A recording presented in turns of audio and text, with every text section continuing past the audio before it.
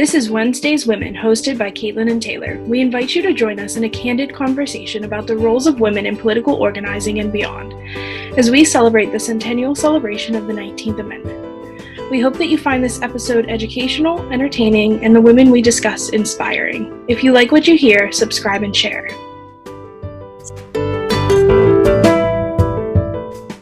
Hello, everyone, and welcome back to another wonderful episode of Wednesday's Women with Kaitlyn and Taylor.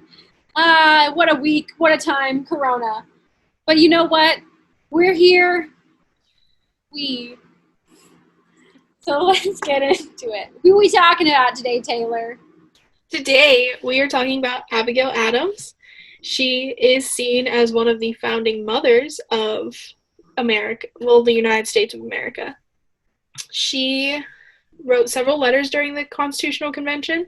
Though women were not permitted to attend the Constitutional Convention, it's thought that she had the most sway out of all the conventional Congress wives. And tomorrow is Constitution Day, so what better time to celebrate our founding mother than right before Constitution Day? Absolutely. So, Abigail Adams was born November 11th, 1744 in Weymouth, Massachusetts to William and Elizabeth Quincy Smith.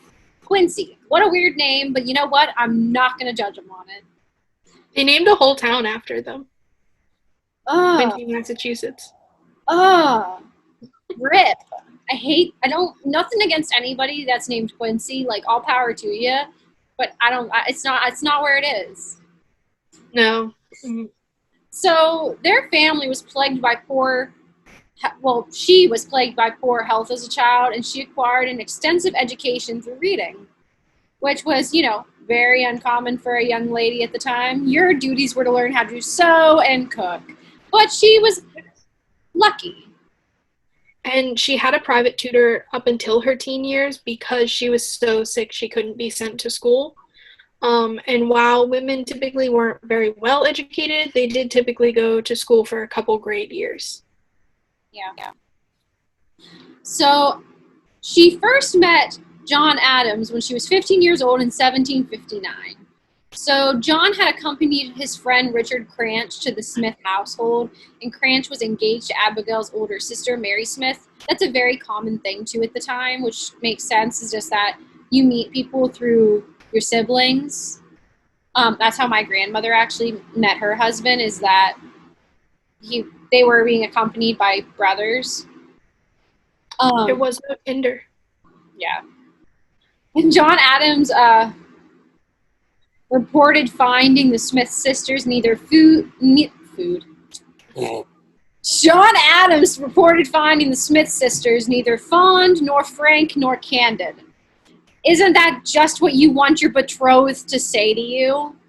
I find you neither fond, nor frank, nor candid. And, it's on record. It's not even like she died and then he was like, yeah, I'm going to be honest. Like, he just came out and said it. He was like, she's not great, but I guess it is what it is. There was 7 years between them. So there was a pretty decent age gap considering she was 15. So I'm not quite sure what drew him into her. Wow. Probably. So the couple married, the unfortunate duo, poor Abigail. They married on October 25th, 1764 in the Smiths' home in Weymouth. And although Adam's father approved of the match, her mother was appalled that her daughter would marry a country lawyer whose manners still reeked of the farm. But eventually she gave in.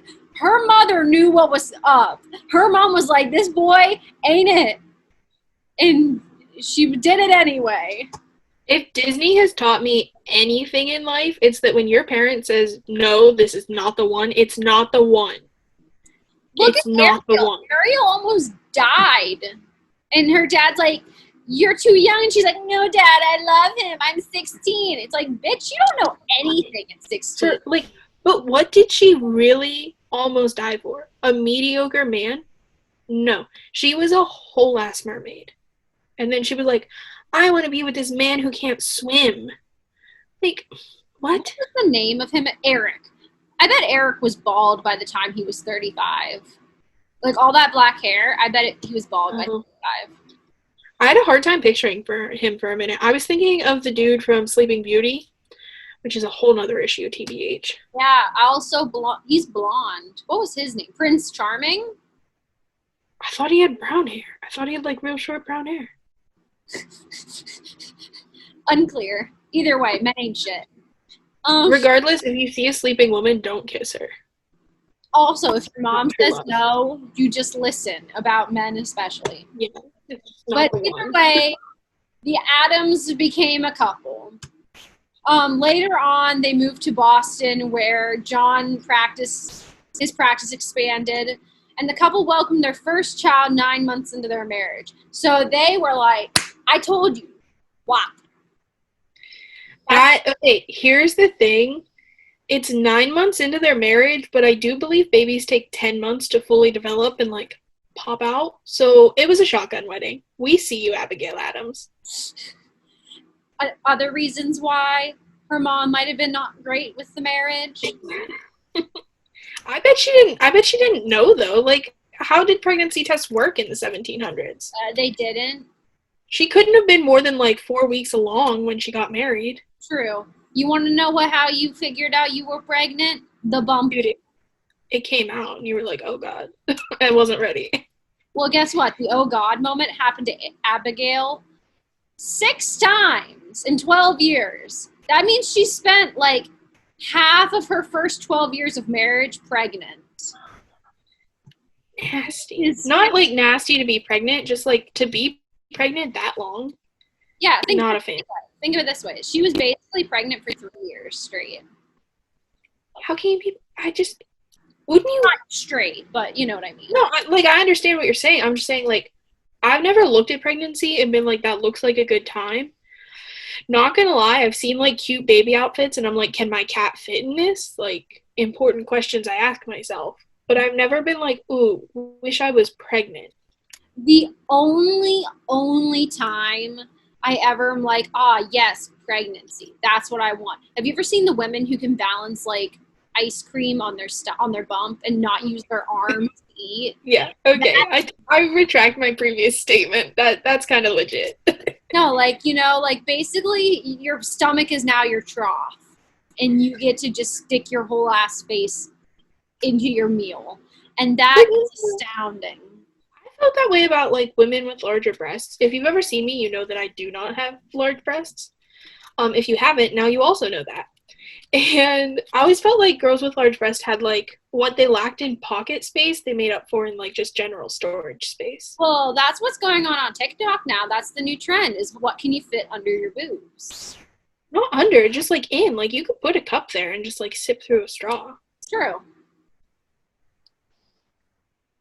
Doesn't require pregnancy, just saying. As we talk about childbearing and everything, it's important to note that Abigail Adams had a very interesting child-rearing style. So it was termed relentless, and continual reminders were given of what the children owed to virtue and to the Adams tradition. It's all based on the way that she raised the kids. So it was probably not very easy to have her as a mother. Yeah, probably not. I feel like she did. But also, I feel like that was very much the time as well, you know, the societal norms of the time. But she was responsible for family and farm when her husband was on his long trips. Alas, she wrote in December 1773, "How many snowbanks divide thee and me?" She was very busy having to take care of everything, so even though her husband was a lawyer and a farmer, so I'm sure they had enough wealth, she did do a lot of everything by hand and doing it herself instead of having help do it. Their marriage is actually very well documented through their correspondences and other writings that they had between the two of them. Their letters that they exchanged throughout John's political obligations indicated his trust in her knowledge and was very sincere.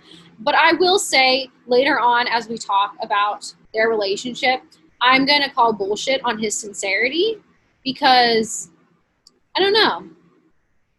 I think he was just trying to sweeten her up, going to be honest. I think he was sincere about some things, but only if they agreed with him. Okay, yeah, fair. Like, I think once she disagreed with him, he was like, she's a woman. What does she know? Yeah, She's neither frank nor candid. yes.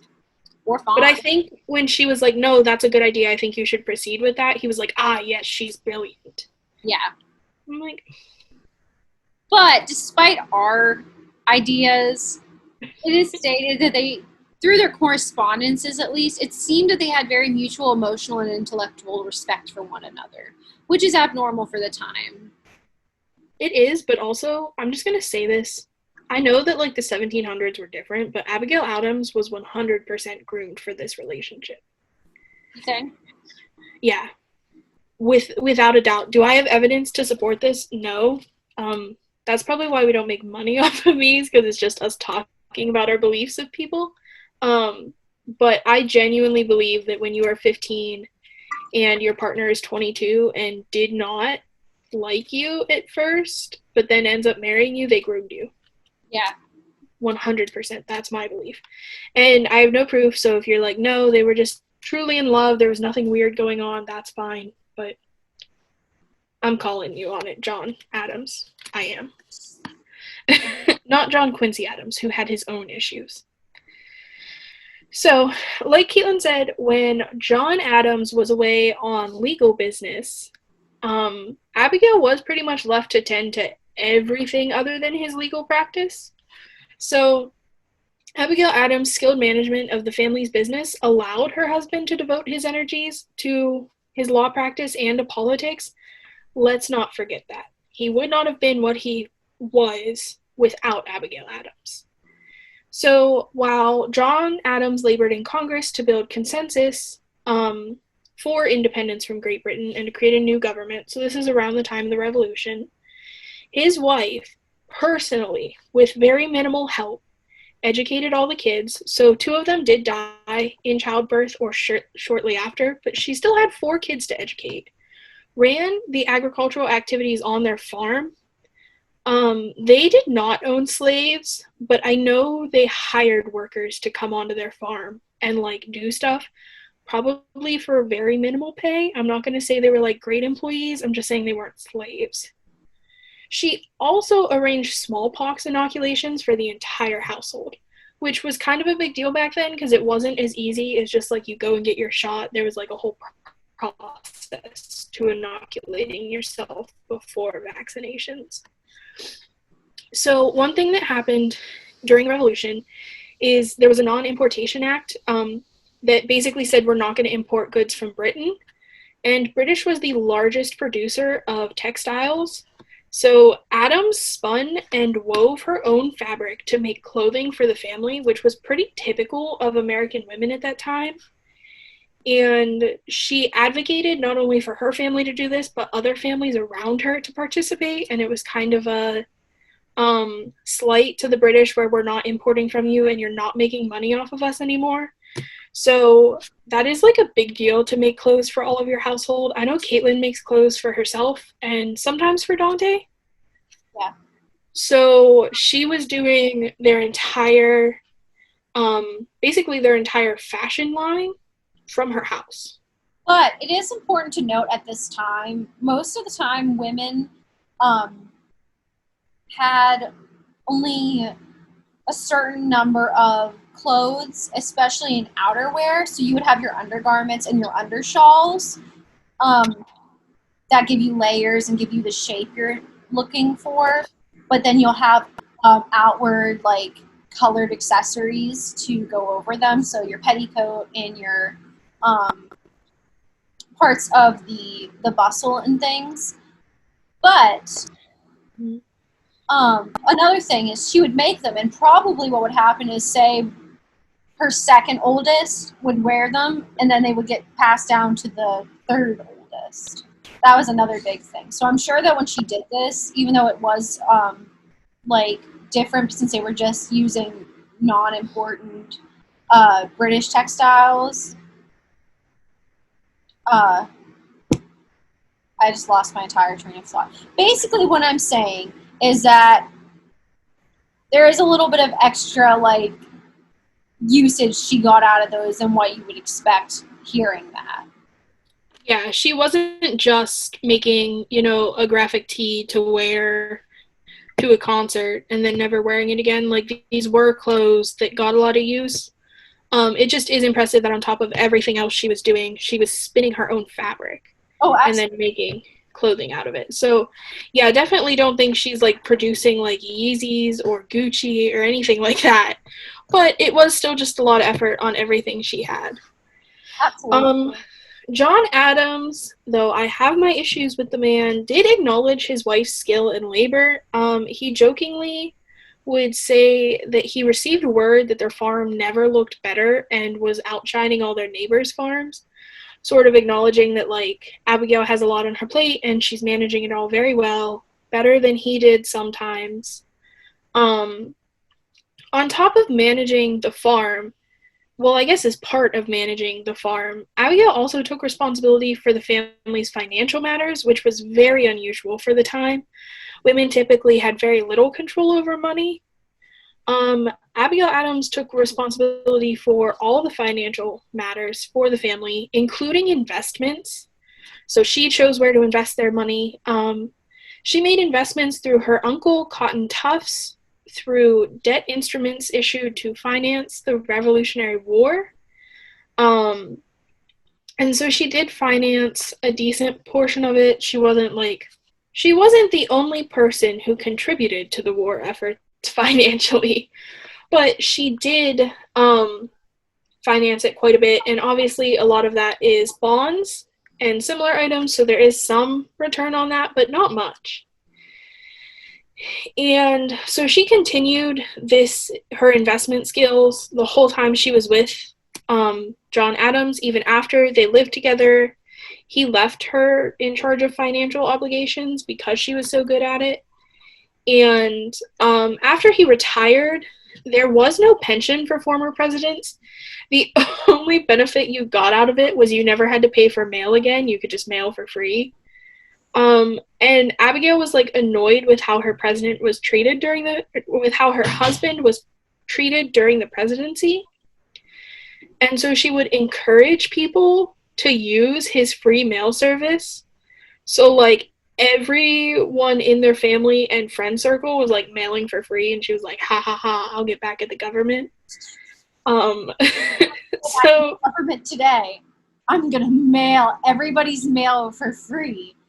Also, I just want to add, I think it's so funny that she was the one who was in charge of their finances because it's not like, because women didn't even have control of their finances really, like in the late, like whenever women got suffrage, that was still an abnormal thing. That's still sometimes an abnormal thing. It's still seen as the men's responsibility. And yeah, it's so interesting that all this time back in the 1700s or 1770s that she was doing it already. she was, and she was doing it really well and was like revered for how she handled it. So there was no pension for former presidents other than his free mail. So actually, without Abigail Adams, the Adams would not have lived the life they lived after the presidency because it was off of her savings that she accumulated during John's public service career that they lived in their retirement. Um, and so one thing she did that was kind of sleight of hand is when she died, she left everything to only the female members of her family, so all the money went to the female members. Um, and there's a couple reasons people think she did this. It's thought that her sons were already successful and did not need the money. It's also the idea that you figure Abigail was young when she was married. There was probably little trust given to her until she married John, and I do believe that finance was a huge motivator for women. And so the idea was if you have the finances to live a steady life, you're not going to rush to the first man with money. I'm gonna like hope that it's the latter because I don't like the idea of her just being like, oh well, the girls get something too, you know, because the men are already well off. Yeah. So we also want to touch on the fact that she was a revolutionary. So she was thought to be one of the strongest female voices in the American Revolutionary War. So, like her husband, she firmly believed in dissolving the political union with Great Britain. And her firm views on American independence were succinctly expressed in a 1775 letter she wrote explaining, and this is a quote, "Let us separate. They are unworthy to be our brethren. Let us renounce them." So obviously, very clearly, she felt strongly that America should be a separate entity from Great Britain. Abigail Adams first met George Washington shortly after he took command of the Continental Army. And Adams had initially had hesitation regarding Washington as a slaveholder and a member of the Virginia planter elite, which everyone is well known that's how he was as a president. While he did a lot of great things for America, that doesn't change the fact that he also did wrong. However, after meeting, Adams wrote her husband, and she was, and this is again a quote, struck with George Washington, and that his appointment was received with universal satisfaction. So, like I said, I think part of me wonders, like, if I were to meet George Washington today, if despite, other than the fact that he was a slave owner, how would I feel about him? And was he more of a slave owner because that was societally accepted? Would he, if it was, that doesn't make it any better, obviously, but it just makes me wonder. I just think, and actually this was a viewpoint Abigail Adams had. She actually questioned if Virginians really wanted their freedom because they held slaves, and she said, how can you advocate for your own freedom when you're holding your, Slaves. yeah, like that's sort of not harmonious ideals. I do think, unfortunately, slavery did have slightly less of an impact back then. As we've talked in previous episodes, slaves weren't that expensive considering they were a literal human life. So many people had them. And so I do think at the time a lot of people looked past George Washington. When he died, he did not free his slaves. He left them to his wife. She freed the slaves early because it was decided that upon her death they would be freed. And she was worried that they would kill her to gain her freedom. So it's not even like she really freed them with good intention. She was just like, I don't want to die. Here you go, leave. So, but I do get that George Washington was very charismatic and, you know, slavery didn't hold the same weight it held back then, which isn't excusing it, but I do sort of get how she looked past that. Yeah. And it was really interesting to see her viewpoints on that because she was very articulate with her beliefs. And so she was very, at a time where women weren't always given a lot of formal instruction, she was very good at displaying how she felt about different forms of society. So including slavery, including issues with American liberty. Everyone said about how well she was at expressing her beliefs. And I think partially that has to come from the fact, like we said, she was sick as a child, so she got a lot of one-on-one instruction, which I'm sure helped. Mm-hmm. And one thing that's really great about the fact that she had this amazing way of expressing herself was the fact that she was able to argue for women's rights. And she did so through some of the letters that she wrote in 1776. So in 1784, shortly after the Constitutional Convention, her husband was stationed in Paris as a diplomat, and Abigail, her eldest daughter Nabby, and her eldest son John Quincy joined John Adams at his post in Paris. I'm not sure what they did with the two youngest. Unclear. What? We just watched each other. Maybe. We just looked at each other and we're like, you watch me, I watch you. Good, okay. Maybe. That John Mulaney skit where he's like, hire a horse to watch your dog. She was 14. I was 12. That's 2 years. That's like getting a slightly older child. who can dial the phone a little bit better than me. If you're wondering if Kaitlyn and I often quote John Mulaney, the answer is yes. Yeah, the answer is hell yes. Abigail dreaded the thought of the long sea voyage. I would too. I get extremely motion sick, and I'm not gonna lie, when I studied abroad, I was afraid I'd get sick on the plane. So I completely get the concern, but she actually found the journey very interesting and was not opposed to sea travel in the future.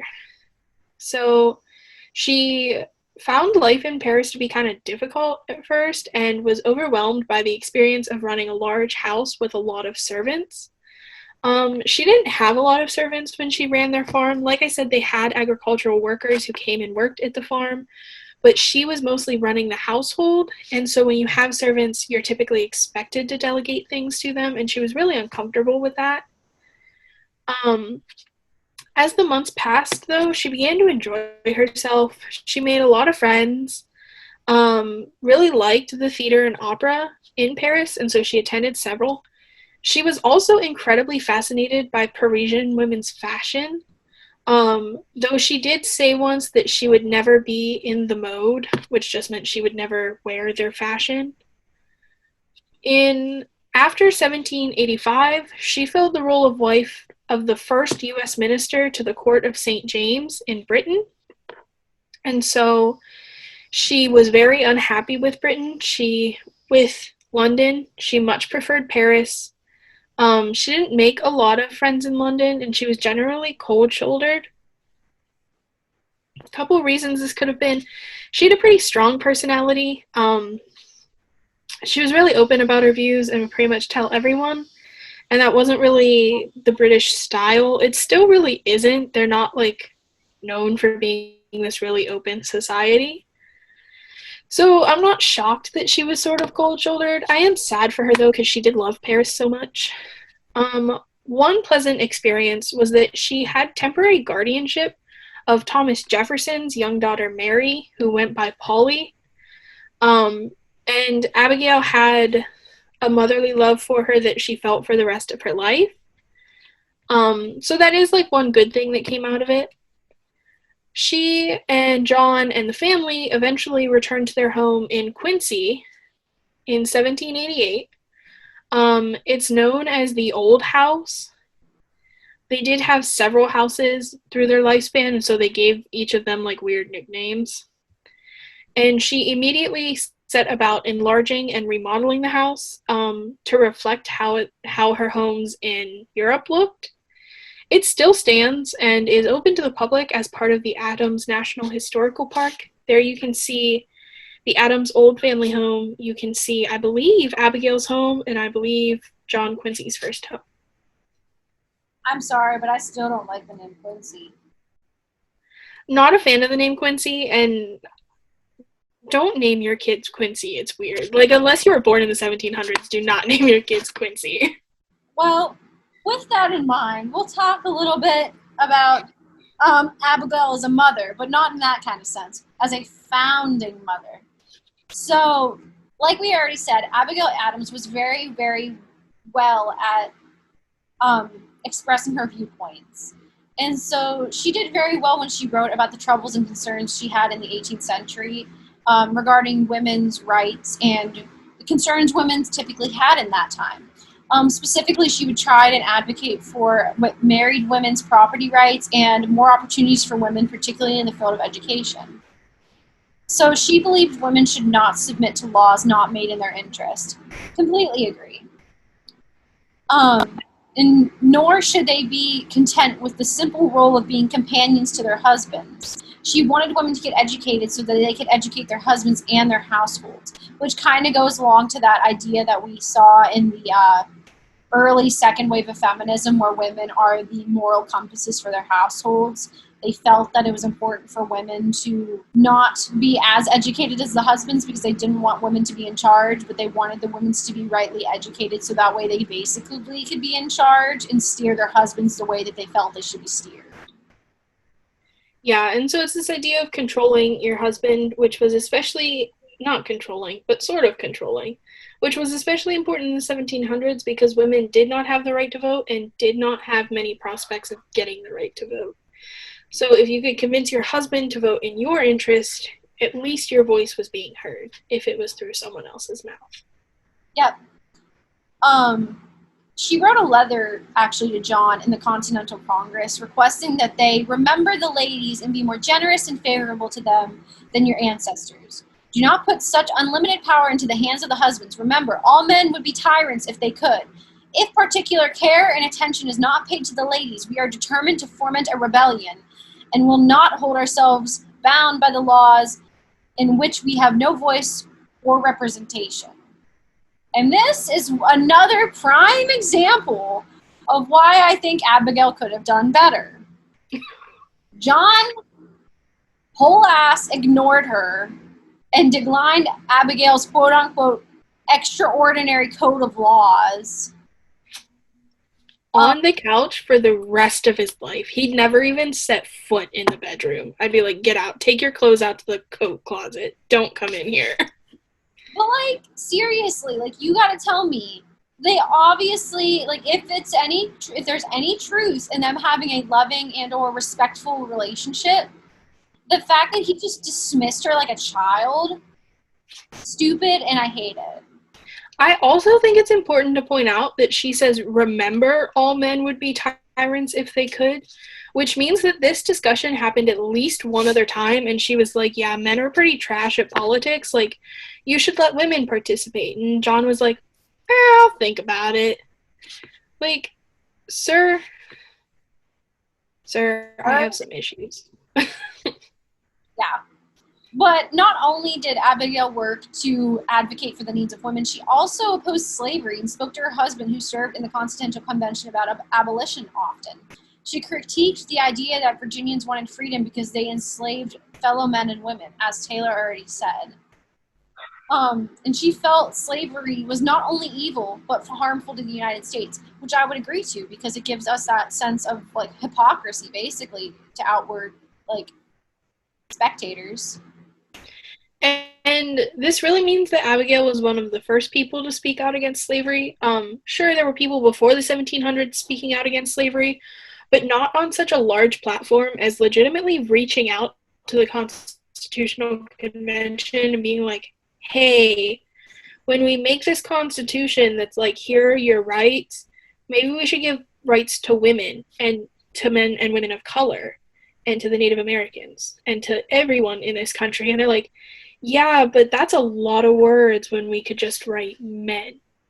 I wonder if John, like, I don't know if there is enough research to spectate one way or the other, but it makes me wonder if John felt similarly to Abigail, but because of the fact that it wasn't the socially accepted idea, that he was afraid of losing his place in the Continental Congress by insinuating something so, I want to say, like, not normal at the time. Such an off-the-wall idea, as everybody being equal. Spoiler alert for the next segment, John Adams had zero moral backbone. Like, his moral backbone was an overcooked spaghetti noodle. I kid you not. So I genuinely believe that, like, John shared these interests with Abigail and was like, my wife is a great example of why women should have rights. And then he got to the Constitutional Convention and they're all like, our wives could not handle this. And he was like, oh, okay, we can take that part out, I guess. Like, no moral backbone. An overcooked spaghetti noodle. I'm telling you, I have research to back that up. John Adams in the, what's it called, the thesaurus, and you just see not thesaurus. I think it's, well, yeah, wouldn't it be the thesaurus, because that's, like, synonyms? I mean, yeah, and you just see an overcooked spaghetti noodle. Yeah, there's not even, like, other synonyms, it's just this spaghetti noodle. Really stuck to a wall. Yeah, so you know it's real done. So even though this man had the moral backbone of an overdone spaghetti noodle, he was elected president March 4th, 1797. This is after serving vice president to George Washington. Abigail actually did not attend his inauguration. She had, like, a valid reason. She was tending to his very ill mother. I just think it's funny that, like, Abigail could not be found. Um, she took her duties as First Lady very seriously. She had seen how Martha ran her White House, though they weren't in the White House at the time. I'm just calling it that. And so she tried to model hers similar to Martha's, but not exactly the same. So dinner parties were very important to her. Entertaining guests was a big part. But she also took on an active role in politics and policy, which was really a first for women. Martha Washington had a very quiet presence in the White House and was known mostly as an entertainer, not so much to be in politics. She was so politically active that it's thought that she may have outshined her husband, and her political opponents actually used to refer to her as Mrs. President, sort of as a slight that she didn't have the right to be where she was. But it also speaks to her power that, like, she was Mrs. President and John had no moral backbone. Just gonna repeat that the whole episode. Abigail served as John's confidant both politically and just generally in life. And as his confidant, she was often well informed on issues facing her husband's administration. And she often knew details of current events that the public did not know and would expose these details to her sister Mary and her son John Quincy in letters. Big no-no, if y'all remember 2016, still a big no-no. Don't be sharing private information with non-certified people. Just general rule of thumb. But honestly, if my husband treated me the way John treated Abigail, I'd be spilling secrets too. I'd be like, this man's an idiot. Who elected him? She became such a well-informed confidant that people would actually contact her instead of John Adams. So press would reach out to her for quotes. People would try to set meetings up with the president through her. And I'm sure this was annoying, but she used it very much so to her and her husband's advantage and would use these opportunities to plant favorable stories about her husband in the press. So props to her on that one. She remained a staunch supporter of her husband's political career, supporting most of his policies, including the passing of the Alien and Sedition Acts, which was really the major thing he did in his presidency. In 1800, the capital was relocated to Washington, D.C., and she became the first lady to reside at the White House. Back then, it was referred to as the President's House, and D.C. did not look like it looks today. So it was surrounded by forests, and they wanted people to come in and remove some of the trees. And because DC was a fairly political town, most people were involved in politics, they weren't really farming in DC. Abigail Adams really struggled to find people to take care of this, and she laments about it in several of her letters where she's just like, these trees. Someone needs to get them. So it is just a fun little fact about the White House. Adams moved into the White House in 1800 and lived there for the last 4 months of her husband's term. Adams did lose his re-election campaign. Sorry, not sorry. Same. Following his defeat, they moved back to Massachusetts where they retired, and lived off of Abigail's incredible savings. Because she took care of it. She did. John Adams did not. John Adams took care of very little. Men ain't shit. What a great way to just, slide into our discussion questions with me just yelling men ain't shit. I think it's great. If you could not tell, this episode is very nonchalant, and it's because we're tired. We're tired, and it is a very stressful week for us just with school. Kaitlyn has started clinicals. I've started an internship. So future episodes will not be this nonchalant. We'll start taking them seriously again, but this was just kind of a fun time to discuss an upcoming holiday. And since we're super busy and filming a little late, we decided to have a good time with it. Please enjoy our, what was I going to say? Shit! Please enjoy our Heretics? That's not the word I'm looking for. Antics? Hysterics. Hysterics. Yeah, that one. Yeah. Discussion questions. So, if Abigail Adams had lived in the 21st century, do you think her life plan would have been different? Yes, I think so, because once she was with the skills she had and she was exhibiting then, she would not have been tied down to a limp noodle like Adams. Correct. I think even if she was tied to a limp noodle like Adams, she would have risen to political fame. So we've talked about other partnerships, primarily Eleanor Roosevelt, where Eleanor was actually more politically known than FDR. So I think that would have been the case for Abigail if she had lived in the 21st century. We're not great about recognizing women in politics, but we're getting better. And so I think she would have had a better shot to actually be respected in the field rather than mockingly called Mrs. President. Yeah, I think so too. And I think it's also like just the fact that her ideas were so progressive at that time. Like it would have been really interesting to see what else. I wish there would have been more written about her to hear more of how she felt about different topics. Yeah, she definitely would have been a Black Lives Matter supporter. I think she would have argued for defunding the police and reallocating those funds. Probably would have also been a supporter of no cop money for PA. No, what? You haven't heard of no cop money? Nope. So what people can do is they can go on and take this pledge, and they agree to not take funds from the Fraternal Order of Police, which is the police union.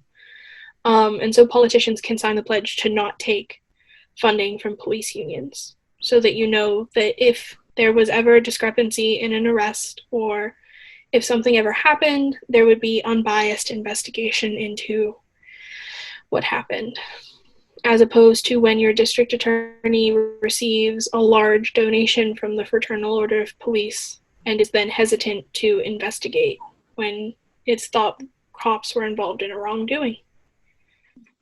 Yeah, I've never heard of that before. Mm-hmm.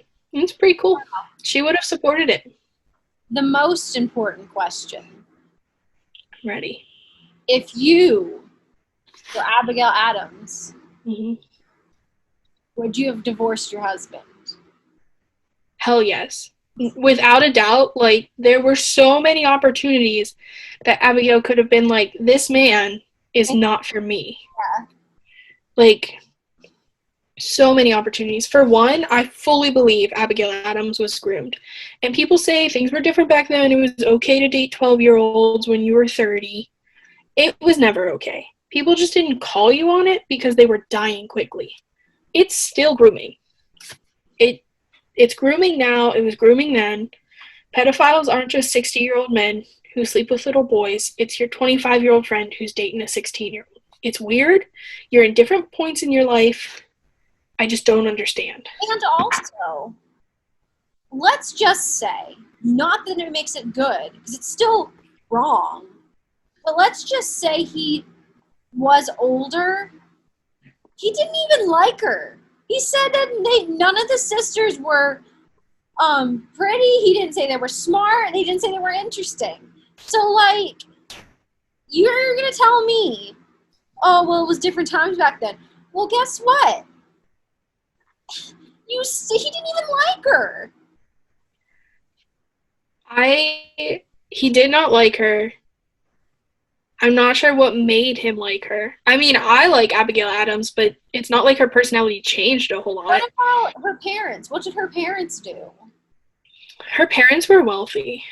That's why. It's like Alexander Hamilton all over again. Why did he go after Schuyler's sisters? Because they're money. I don't think they were, like, top upper class, but they were definitely, like, not doing poorly. Here's the thing, they could afford a private tutor, which was very much so a luxury during that time period. So, I mean, that gives you an idea of, like, they had some expendable cash. Yeah, absolutely. Then I write him a letter and he ignores me. You're on the couch, my friend, for the rest of your life. You're gonna die on that couch. Like, I just want you to know, people have a death bed, you're going to have a death couch. People are going to be like, that's cruel. You should have listened. I thought we were a partnership. You left me to take care of the house and the kids and the money and everything else. I thought we were a partnership. If we're not a partnership, you're not sleeping in the bed. I made this bed, you have to sleep somewhere else. Gosh. Stone cold. I don't blame you. It is what it is. And then finally, do you think Constitution Day is important? No, never. Get rid of it. So here's the thing. I'm joking for also just... Kaitlyn is joking, and part of this is like, as a state school, Clarion has to participate in Constitution Day because we receive federal funding. So while Clarion has given us some of the resources to produce this podcast, the views and opinions and storylines that we share are our own and are not endorsed by Clarion University. So thank you, Clarion University, for giving us freedom to express ourselves until you hear this episode. I truly don't think Constitution Day is that important. I don't think anybody listens or cares to it. And here's why. Your life is governed by the Constitution. I know you're like, no, the cops are who pull me over, and you are correct. But what you can do is completely controlled by whether it is constitutional or not to stop you from doing that thing. The Constitution doesn't say you can do this. It says the government cannot stop you from doing this. And so if you need a day to tell you that that is important, I am concerned. Truly, deeply concerned. It is Citizenship Day and Constitution Day, so if we were in grade school, you would come in, sit down with your freshly sharpened pencils, and I would hand you a citizenship test and say, can you pass it? And most American citizens actually can't pass a citizenship test, so... I failed hard. The first time I took it, I failed. Obviously, as I took more political science classes and sort of knew how to prepare for a citizenship test, I did a little better. But it is an incredible privilege to be born in the United States. That doesn't mean we don't have critiques of it. I can say I'm privileged to be here and still say I noticed some flaws. But I don't think... If you don't care about Constitution and what the Constitution provides you, a single day is not going to change that. I can send out all the emails I want and say, this is important, take this citizenship test, do you know the Bill of Rights, all these questions, and people don't care. And it's your life. The Constitution tells me I can't yell at you for not caring, but I don't think it's that important. Because I don't think it has the impact other people think it has. Is it a fun day to celebrate in elementary school? Yeah. Is it fun to dress up like the Constitutional Convention and write your own constitution? Sure. But in the real world, I don't think Constitution Day has that much weight.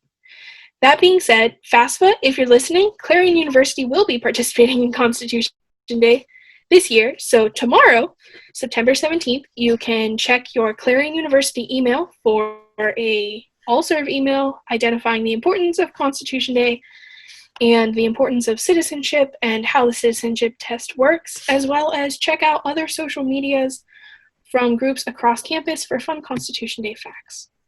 Yes, absolutely. It's not in this holiday, but I will proceed as I'm supposed to.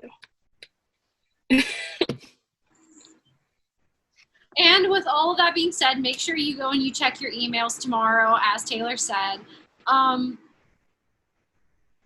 are we talking about next week? So next week, September is very busy for us.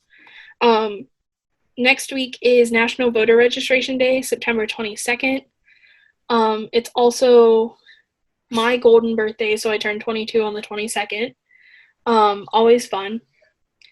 And we will be covering the League of Women's Voters to discuss how, if you recall, they started as a suffrage organization and then worked to educate women on the power they can have at the ballot box, and they are still working today to get students registered. Typically, in the past, Clarion University would actually invite our local chapter of the league to come to our campus and table with us. Clearly, since there is a pandemic, it is flu season, and the weather's not supposed to be super great next week, we're not tabling. But it is still important to recognize the help that we have received in the past, and so I'm very excited to honor the League of Women's Voters in next week's episode. Yeah, so if you guys like this episode, make sure you come back for next week. Make sure you like, share, and subscribe on whatever platform you're listening to us to, and make sure you get out there and register to vote, because Abigail Adams couldn't, and you should for her. Yes, for Abigail Adams, for Sojourner Truth, for everybody. I was going to say Susan B. Anthony, but technically she did vote, but I'm going to skip that over and say for Susan B. Anthony, for everyone, for yourself and your family. Register to vote.